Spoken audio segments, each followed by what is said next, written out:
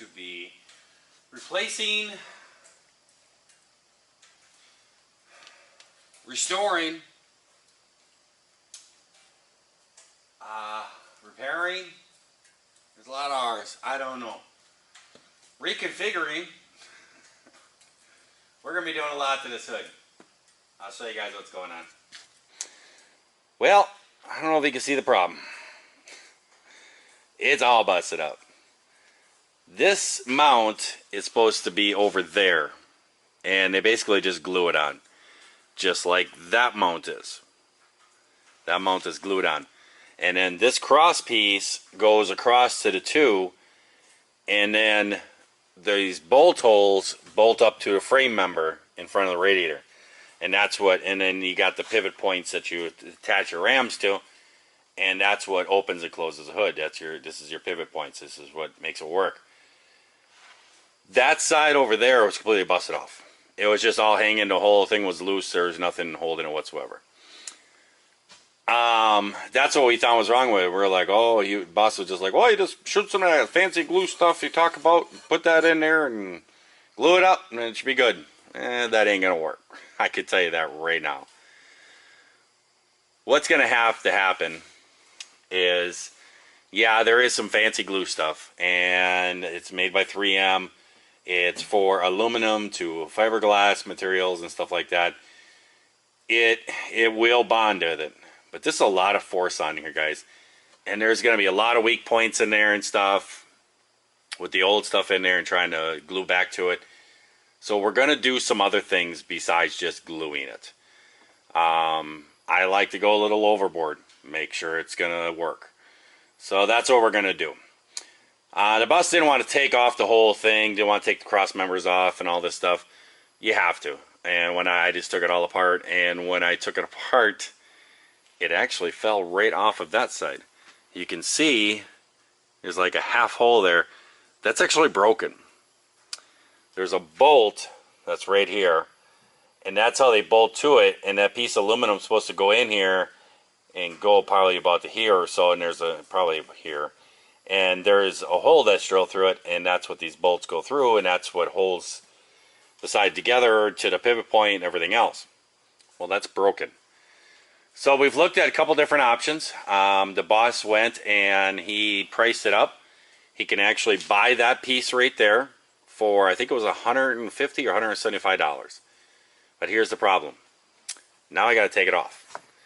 And that has been glued on there since 2012.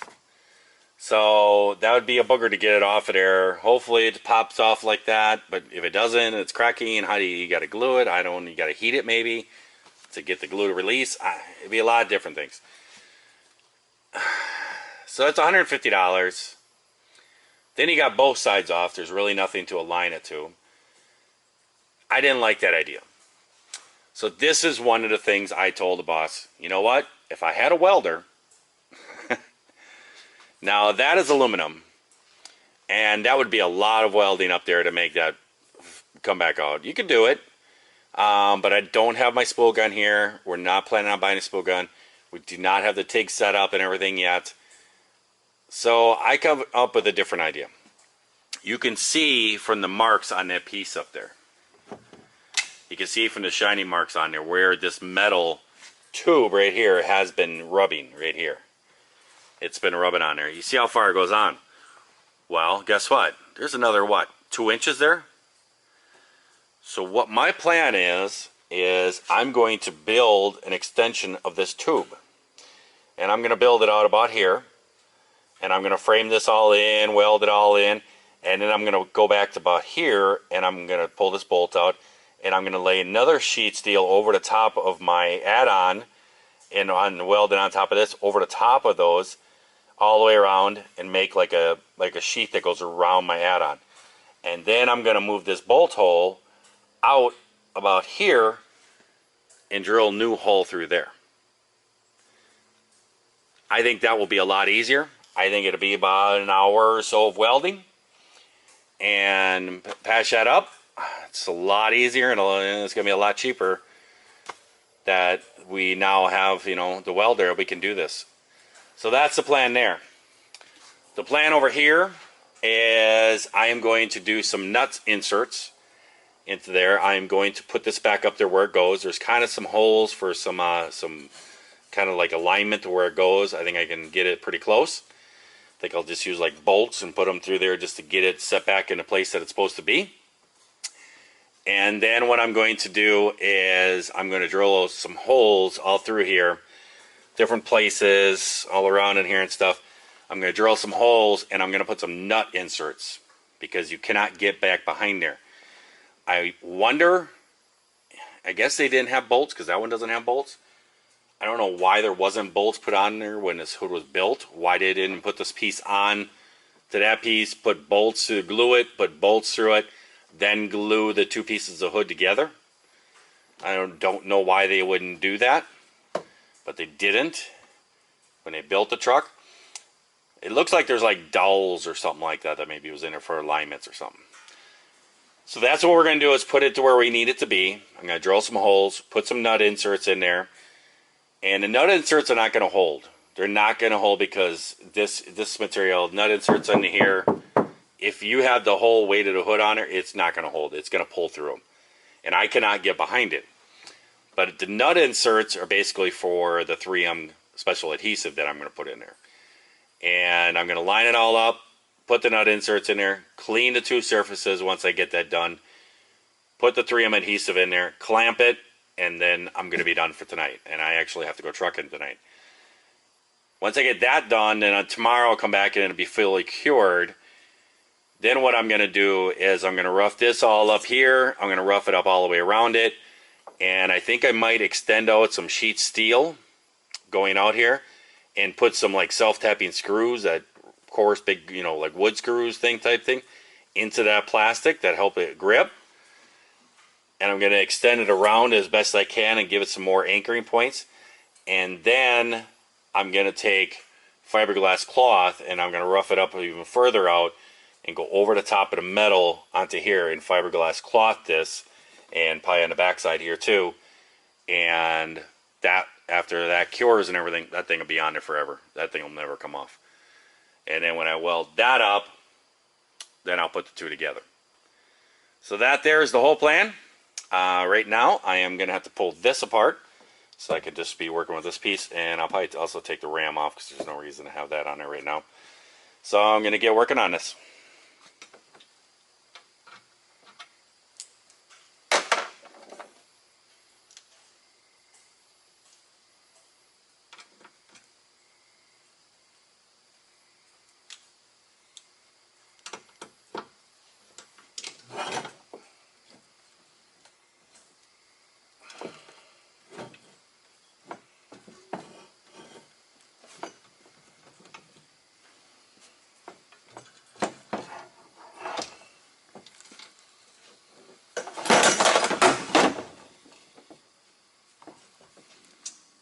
Here's the problem. It's a steel bolt that goes through a piece of aluminum.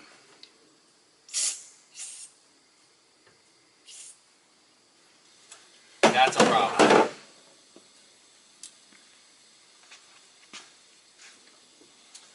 I am going to try and find a nut.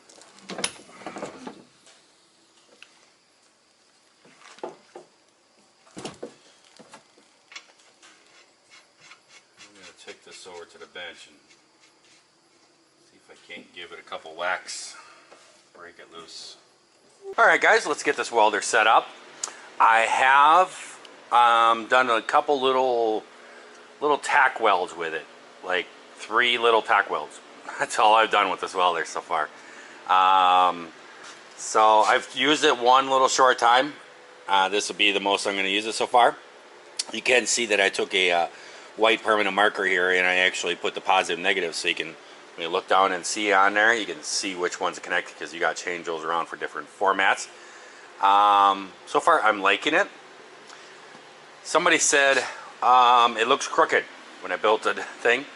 It's made crooked so that the welder sits back at an angle a little bit, so when you're up here you're looking down at it, you can see stuff. And they actually made this screen angled back too, so you can actually see the full screen. It's pretty good. It's a very nice screen. Let's turn it on. I guess I have no leaks because before I even opened it, I still had all the pressure that I had. So we're good there. Flip the switch button here on. Power is up.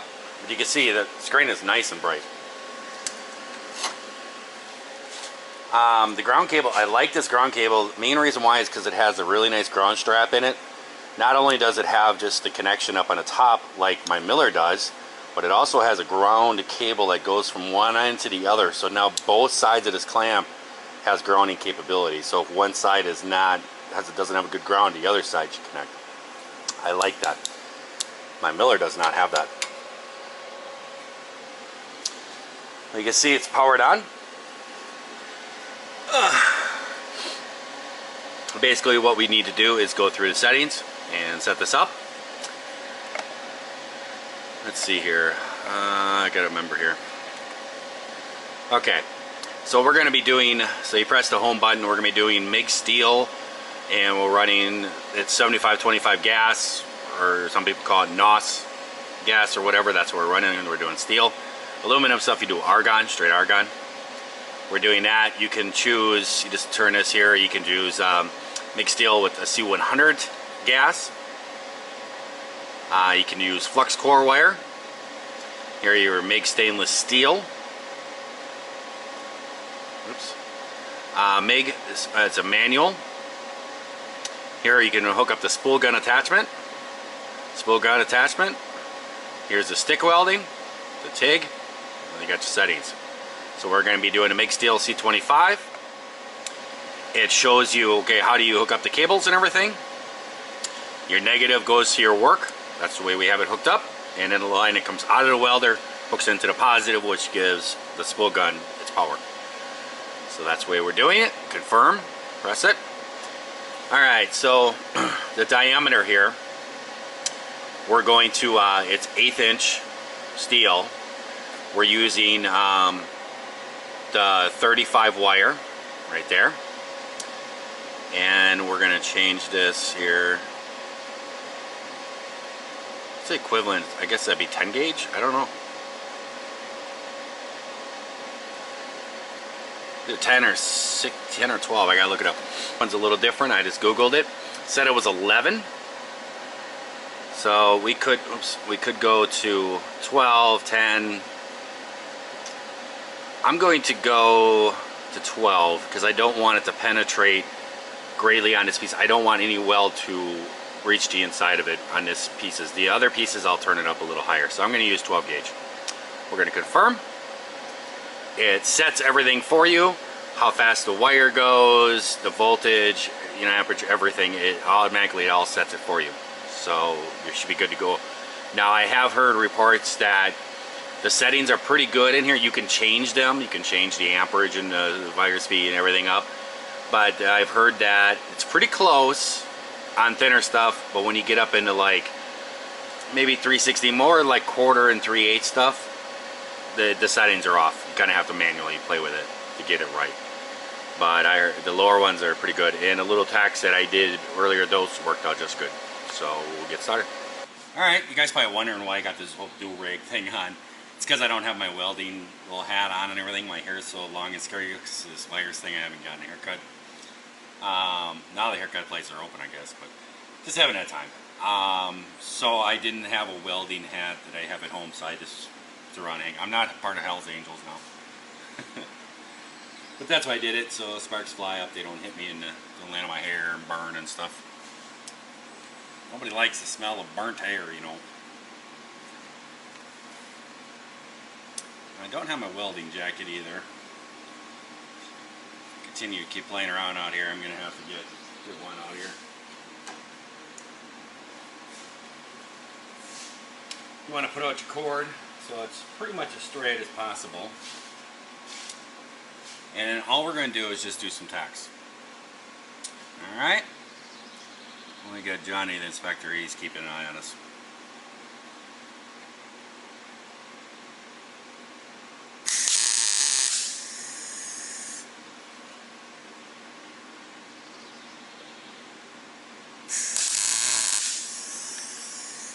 That's all we're doing. Just tacking a piece on there.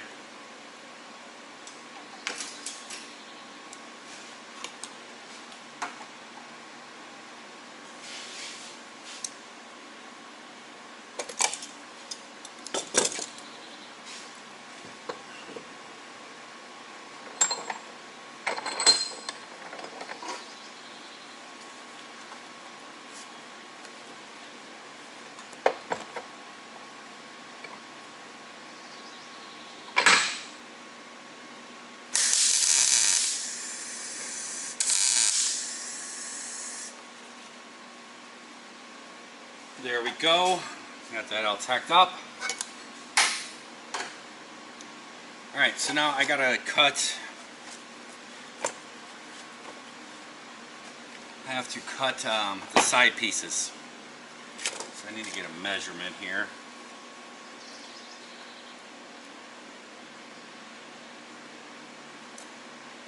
So it looks like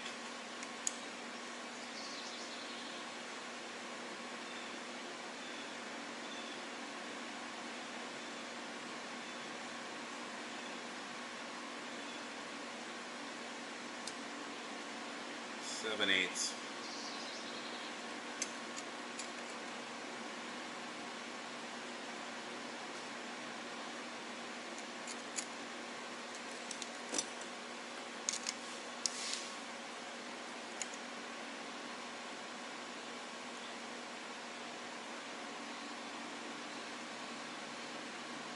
Yep. So we need to cut pieces that are 7/8 long and an inch and a quarter. 7/8 wide, inch and a quarter long.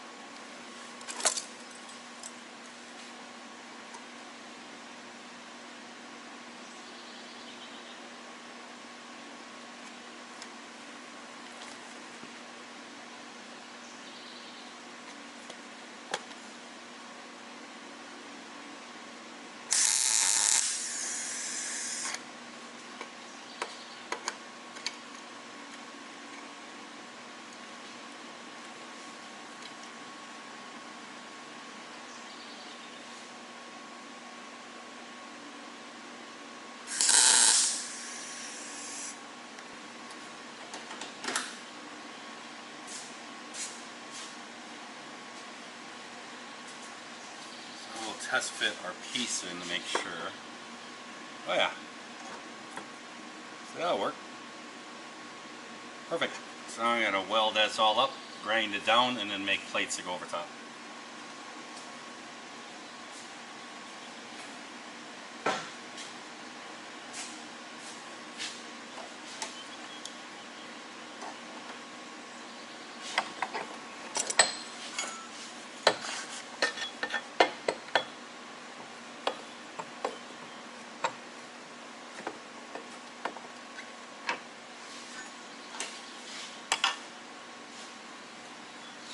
When you weld, you want to move about at a 20% angle.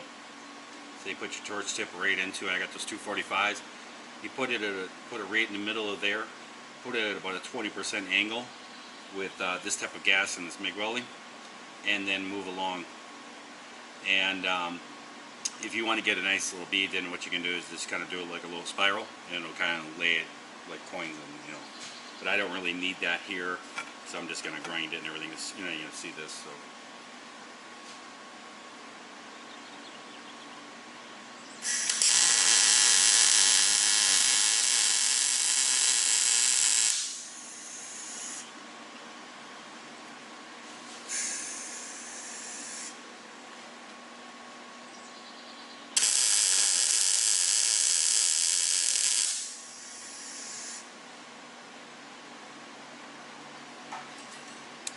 And if you have the capability, it is easier to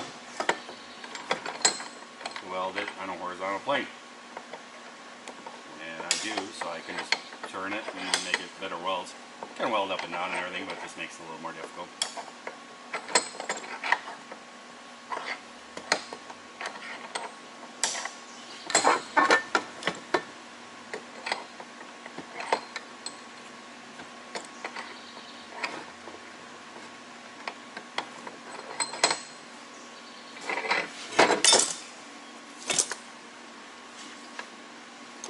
Sit over here, Johnny, and watch.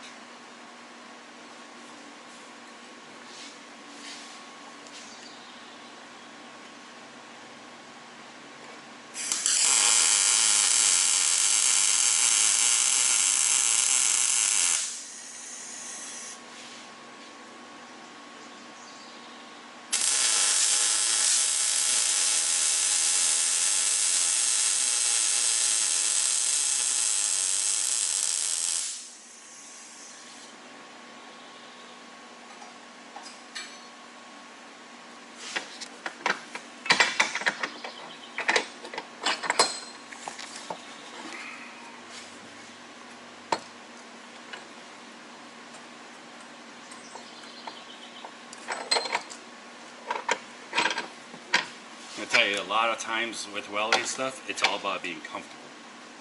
So put it in a position that makes you feel comfortable.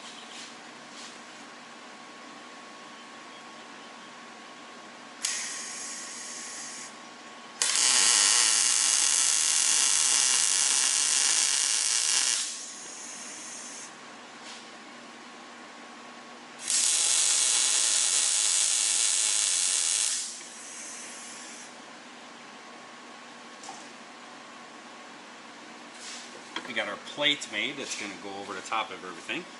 Let's put some tacks around it, hold it, and it'll weld it up.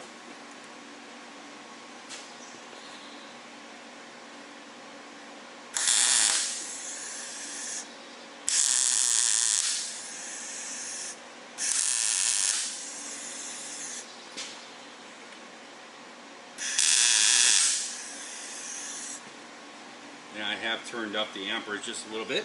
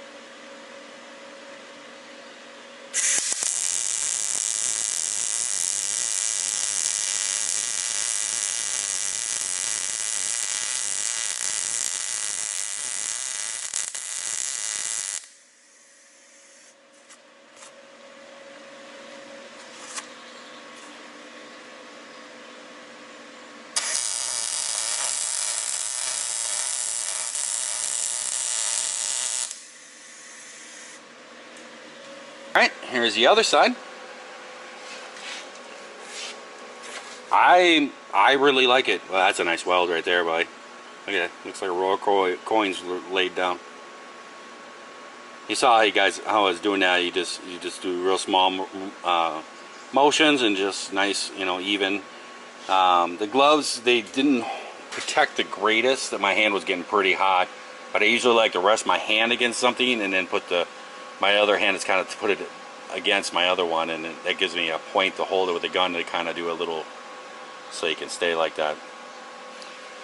Came out good though. I'll grind up the end to make that all smooth and everything, make it square again. It always does that when you try to weld at the end of caps like that. It gets a little bubbles. I should have turned the amperage down, but I tried to do it. Looks good though. Vulcan 220 welder. I give it a thumbs up. It is going to do everything that my boss has ever wanted, and get to TIG attachments and stuff, start playing with TIG and weld aluminum and everything. Awesome sauce, guys. I got to let that cool. Let's see if our piece fits in there. Hopefully we won't have to do any kind of filing or anything on the inside. Look at that. Perfect. That's about where it's going to sit, right about there on that piece in there. Awesome.